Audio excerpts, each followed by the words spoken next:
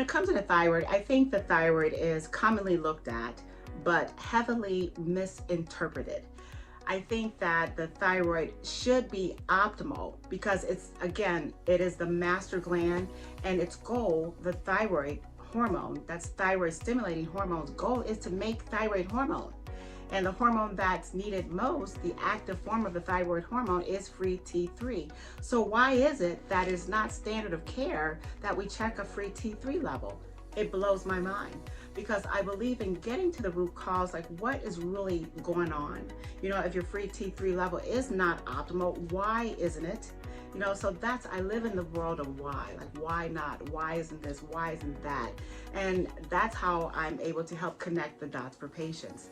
So when it comes to your thyroid hormone, commonly labs that are obtained are a TSH and a T4. That's it.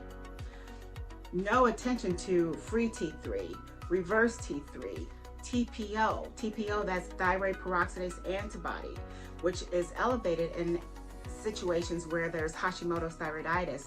I will get a little bit more into Hashimoto's thyroiditis a little bit later in my delivery to you on the thyroid hormone.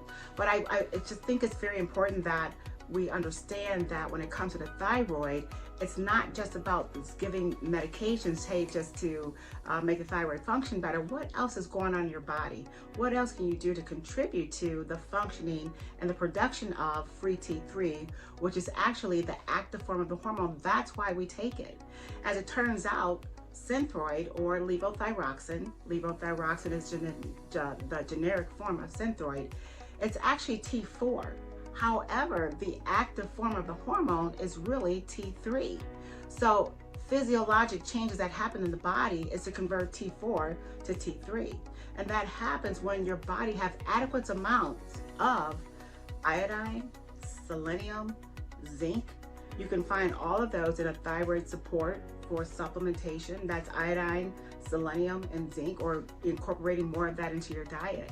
Also, the thyroid needs, and that's again to convert T4 to T3, it needs normal cortisol. Cortisol and the thyroid hormone, they're like the horse and the buggy. If one's not working, the other one's working harder. So you have to optimize these things. When it comes to your health, everything needs to be optimized. And the thyroid is so very important. It is extremely important. And the whole goal is to make free T3. Free T3 is the active form of the thyroid hormone. Now, why is that so important, you might ask? And I would tell you, and the reason that I look at it all the time is because it is what helps our mitochondria function well.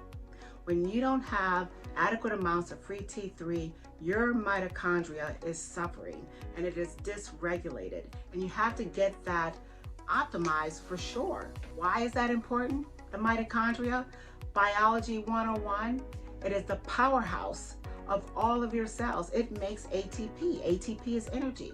So again, this is going back to the basics, but the basics is what we need to optimize our health and to keep ourselves happy and healthy as we walk this life and we do the purpose that we're here for.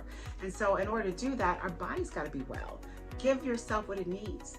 Yes, thyroid hormone is needed for a lot of things, but also get down to the root cause of like, hey, why do I not have adequate amounts of thyroid in the first place?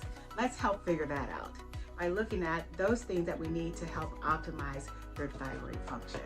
And I am Dr. Roz, and I love sharing information on root causes of things. And I believe it helps you to improve your longevity, and it's a vital part of restoring vitality. I'm Dr. Roz.